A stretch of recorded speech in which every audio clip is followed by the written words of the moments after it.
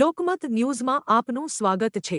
વડોદરાના વિવિધ petrol pump ઉપર આજે પેટ્રોલ ભરાવવા આવેલા નાગરિકોમાં વધતી મોંઘવારી અને ઈંધણના ભાવોને લઈને ભારે નારાજગી જોવા મળી હતી।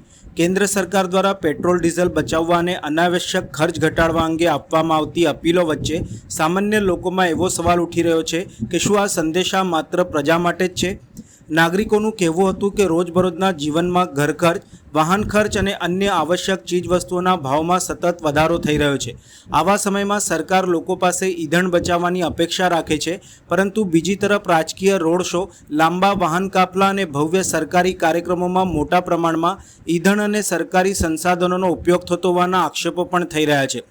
કેટલાક વાહન ચાલકોએ ખુલ્લેઆમ જણાવ્યું હતું કે જો ખરેખર પેટ્રોલ ડીઝલ બચાવવાની જરૂરિયાત છે તો પહેલાં રાજકીય કાર્યક્રમોમાં થતા દેખાવડા ખર્ચ અને કાફલા ઉપર નિયંત્રણ લાવવું જોઈએ। સામાન્ય માણસ માટે સંયમ અને બચતના પાઠ હોય તો સત્તાધારી વર્ગે પણ તેનું ઉદાહરણ પૂરું પાડવું જોઈએ તેવી માંગ લોકોમાં જોવા મળી હતી। નાગરિકોએ શહેરની જાહેર પરિવહન વ્યવસ્થાને વધુ મજબૂત બનાવવાની પણ માંગ કરી હતી। વડોદરા મહાનગરપાલિકા સરકારી કચેરીઓ અને અન્ય વિભાગોમાં ફરજ બજાવતા અધિકારીઓ અને કર્મચારીઓ માટે સિટી બસ અથવા તો સંયુક્ત પરિવહનની સુવિધા ઊભી કરવામાં આવે તો વ્યક્તિગત વાહનોનો ઉપયોગ ઘટી શકે અને મોટા પ્રમાણમાં ઈંધણની બચત શક્ય બને તેવી પણ લોકોમાં ચર્ચા થઈ રહી હતી। લોકોએ એવો પણ મત વ્યક્ત કર્યો હતો કે માત્ર અપીલોથી નહીં પરંતુ મજબૂત જાહેર પરિવહન, સસ્તી અને વિશ્વસનીય બસ સેવા, સાયકલ ટ્રેક, ઇલેક્ટ્રિક વાહનોને પ્રોત્સાહન અને ટ્રાફિક વ્યવસ્થામાં સુધારાથી જ વાસ્તવિક બદલાવ આવી શકે। ચર્ચાઓ દરમિયાન કેટલાક નાગરિકોએ સ્વદેશી ચીજવસ્તુઓના ઉપયોગ, સ્થાનિક ઉત્પાદન અને પ્રાકૃતિક ખેતીને પ્રોત્સાહન આપવાની જરૂરિયાત ઉપર પણ ભાર મૂક્યો હોવાનું જણાવ્યું હતું। લોકોનું માનવું છે કે દેશની આર્થિક મજબૂતી માટે ઈંધણનો બિનજરૂરી વપરાશ ટાળવો જરૂરી છે, પરંતુ તેની સાથે સરકાર દ્વારા પ્રજાને પૂરતી અને સગવડભરી અન્ય વિકલ્પો વ્યવસ્થાઓ પણ ઉપલબ્ધ કરાવવાની એટલી જ જરૂરિયાત છે।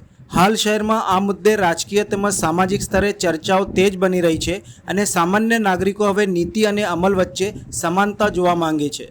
ખરેખર તો પેટ્રોલ ડીઝલની બચત કરવી જરૂરી છે, પરંતુ રોજિંદા જીવનમાં અમારે પાસે વ્હીકલ છે એને તાત્કાલિક તો બદલી શકાય એમ નથી, પણ તેમજ બજારમાં જેટલા પેટ્રોલ પંપ છે એવી રીતે ચાર્જિંગ પોઈન્ટ પણ અવેલેબલ નથી, એટલે તાત્કાલિક તો પરિવર્તન લાવવું શક્ય નથી। બરાબર, આ લોકડાઉનમાં જે રીતે પરિસ્થિતિ થયેલી એવી પાછી આ મોદીના સંદેશથી પરિસ્થિતિ ઊભી થઈ છે, તમને પેટ્રોલ મળે છે બધી જગ્યાએ?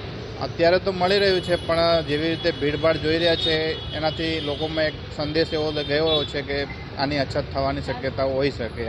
સર, લાઈનો તો જે રોજિંદુ વસ્તુ છે એ પ્રમાણે વેચાય છે, પણ પબ્લિક ગભરાવાની કોઈ જરૂર નથી। અમને કોઈ ઉપરથી એવું ગાઈડન્સ નથી કે ભાઈ આટલું જ લીટર આપવું કસ્ટમરને, કસ્ટમરને આટલા જ લીટર જોઈએ કે આટલા જ લીટર આપવાનું, એવું કશું છે જ નહીં। અમુક પેટ્રોલ પંપ પર ખાલી 200 રૂપિયાનું પેટ્રોલ આપવામાં આવે છે, તમારે તો એવી કંઈ ચાલુ? ના, એવું પહેલાં પણ નહોતું અને હમણાં પણ નથી। અચ્છા, તમને જથ્થો પૂરતા પ્રમાણમાં મળે છે? હા, અમે માંગીએ એ પ્રમાણે આપી દે છે અમને। કોઈ અમારો પંપ કોઈ દિવસ હજુ ડ્રાય નથી થયો। અચ્છા, કેટલી ગાડી મંગાવો છો તમે? સર, જે અમારી જરૂરિયાત પ્રમાણે મંગાવીએ। તો પબ્લિકને શું મેસેજ આપશો? પબ્લિકને એક મેસેજ છે કે તમે પેનિક ના થશો। વડાપ્રધાને કીધું છે કે ભાઈ પેટ્રોલ ડીઝલ બચાવો।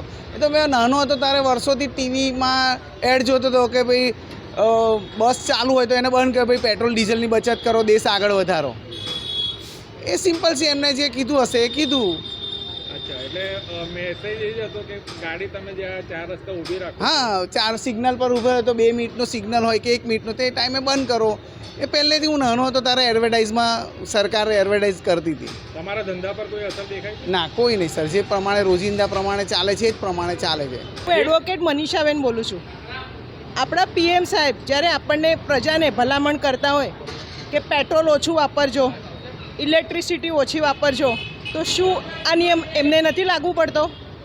તમામ સાંસદોને શું હમણાં એમણે વડોદરાની વિઝિટ કરી તો શું 300-200નો કાફલો, પોલીસ ફોર્સ, એના સિવાય બીજી સામાન્ય જનતા ગઈ હશે તો શું એ હેરાનગતિ પ્રજાને અને પ્રજાના પૈસાનો વેડફાટ નથી?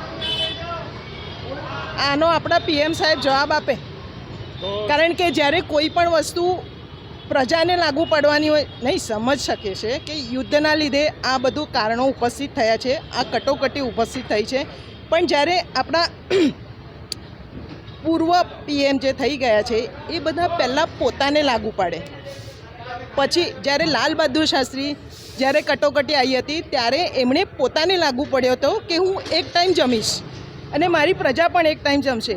જ્યારે અહીંયા આપણા હમણાંના પીએમ સાહેબ એવું કહે છે કે પેટ્રોલ બચાવો અને એમનો જ કાફલો યુઝ કરે છે પેટ્રોલ. આ કેવું? તમે ગૃહિણી છો, સોનાની પણ વાત કરી કે હા, સોનાનું પણ સોનું આટલું મોંઘું તો સામાન્ય માણસ લઈ શકવાનો નથી.